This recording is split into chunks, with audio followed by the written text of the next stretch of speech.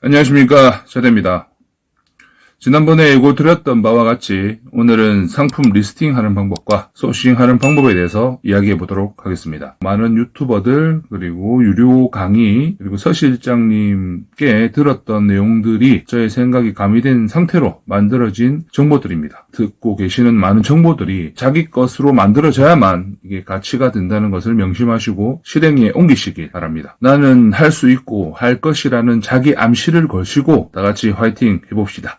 우리 구매 대행 쪽에는 이 원가를 줄이기 위해서 제가 사용하는 게 두 가지 방법이 있는데, 첫 번째는 캐시백 사이트입니다. 외국에서 제품을 구매를 할 때 마스터든 비자든 카드를 사용하지 않습니까? 카드를 사용할 때마다 캐시백을 받는 그런 사이트가 있어요. 해외 직구 캐시백 사이트라고 네이버나 유튜브에 검색을 하시면 많은 정보들이 나올. 그 중에서 저는 탑 캐시백이라는 사이트를 이용을 하고 있고, 2년 전에 서 실장님이 한번 소개를 해주셔서 하다 보니까 이제 눈에 들어와서 사용을 하고 있거든요. 쉽게 설명을 드리면 이 화면에 보이시는 것처럼 제가 오른쪽 상단에 저의 지금 누적되어 있는 캐시 포인트가 있는데 496.99달러가 지금 쌓여 있습니다. 이게 1년 넘게 쌓은 포인트입니다. 많다면 많고 작다면 작은데 이게 실제로 더 많이 쌓을 수도 있는데, 제가 실제 지금 현재 판매하고 있는 사이트들이 다 캐시백에서 지원해주는 사이트들만 있는 게 아니다 보니까 그런 방향으로만 제가 리스팅을 하진 않았었거든요. 이것도 참 괜찮은 방법인데 제가 실행에 못 옮기고 있는 그런 방법입니다. 여기 탑 캐시백에서 할인해주는 상품들, 그런 브랜드들을 잘 골라서 소싱을 한다면 이것을 경유하지 않고 판매하시는 사람들보다 원가에서 담은 2%에서 5% 이상 전략을 할 수 있으니까 한번 이 사이트를 한번 찾아보시면 좋을 것 같아요. 메인 화면에서만 보시더라도 제가 잘 모르는 JC페니, 벨 화장품 쪽 같은 건데, 그리고 아마존, 흔한 아마존, 맥시, 이런 리바이스, 이게 지금 보이는 게 다가 아니고 여기 가보면 홈가든 쪽, 테크 쪽, 패션 쪽, 뷰티 쪽 카테고리별로 브랜드들이 다 있어요. 거기에 들어가서 그 상품, 그 링크를 타고 들어가서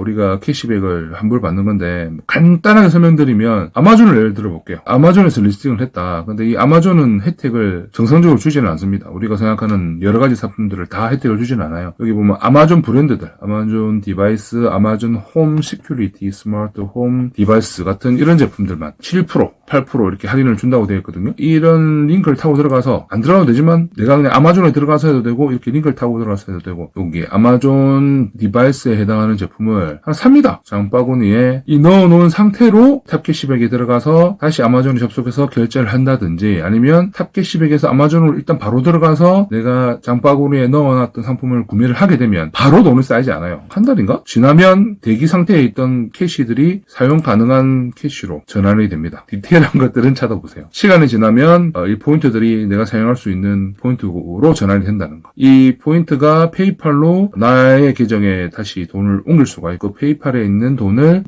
내 주거래 은행으로 다시 보내서 현금화 시킬 수 있는 그런 방법입니다. 두 번째로 우리가 사용하는 마스터카드, 비자카드도 마찬가지고, 이 카드들, 법인카드들을 페이백을 가장 많이 해주는, 캐시백을 많이 해주는 카드로 전환을 한다는 거죠. 구매 대행 쪽 하시는 분들은 저희 그룹에 속해져 계신 실장님님 그쪽 멤버들은 다들 이 카드를 사용합니다. 가온 글로벌 카드라고 많은 혜택이 있지만, 그 중에서도 우리가 카드를 사용한 금액의 2에서 3%까지, 3% 맥스까지는 아닌데 어쨌든 2에서 3% 정도의 금액을 누적을 해서 매달 현금화를 시켜줄 수 있는 카드입니다. 캐시백 사이트를 경유를 하고 가온 글로벌 카드로 결제를 한다면 작게는 2에서 많게는 4에서 5% 그 이상까지도 원가를 세이브 시킬 수 있다는 거. 돈도 조금 더 벌겠지만 고객한테 판매하는 금액을 조금 더 낮춰서 판매할 수가 있다. 나는 경쟁자보다 더 싼 데서 제품을 소싱을 했기 때문에 담은 몇 푼이라도 더 싸게 나한테 줄 수 있다.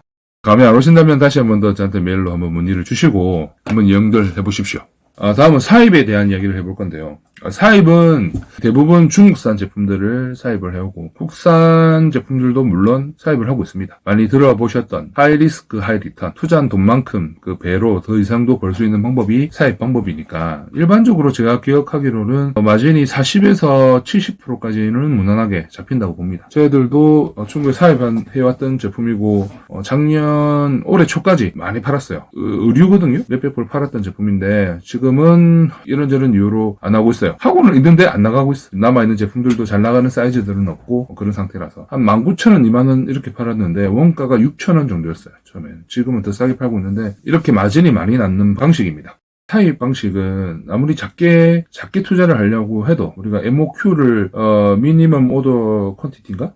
MOQ를 맞추기 위해서는 몇십에서 몇백이 돈이 들어가거든요. 싼 제품을 하더라도. 그 MOQ를 안 맞추고 그냥 일반 제품으로 사입을 해서 판매를 하면 아무래도 메리트가 떨어지기 때문에 초보자들이 사입을 해서 이렇게 판매를 할 때는 대부분 소량의 제품을 구입을 해서 이제 판매를 하고 그 원가 기준으로 판매 금액을 잡다 보니까 팔리지도 않고 안 팔리니까 마진도 없고 그리고 결국 창고에 쌓여있고 결국에는 재고만 털어내는 일만 하고 돈을 못 버는 안 좋은 기억만 쌓이는 그런 결과를 초래하게 되는데 저 같은 방법은 일단 시장 조사할 때 상품을 찾을 때 경쟁자들의 리뷰가 플러스 999 이렇게 달려있다 이런 제품들은 안 합니다. 이길 가능성이 낮아. 리뷰는 있는데 경쟁 그러니까 뭐 20, 30개 정도 팔았던 20, 30개 리뷰가 달려있는 경쟁자가 한 두세 명 정도 있는 제품들 위주로 저는 시작을 했었어요. 그런 상품들은 내가 금액을 무리하게 싸게 안 따라가고 그냥 걔들이 파는 금액만 따라가도 재고는 다 소진시킬 수 있는 적정 마진에 그런 상품들이 되거든요. 이렇게 접근하는 방법.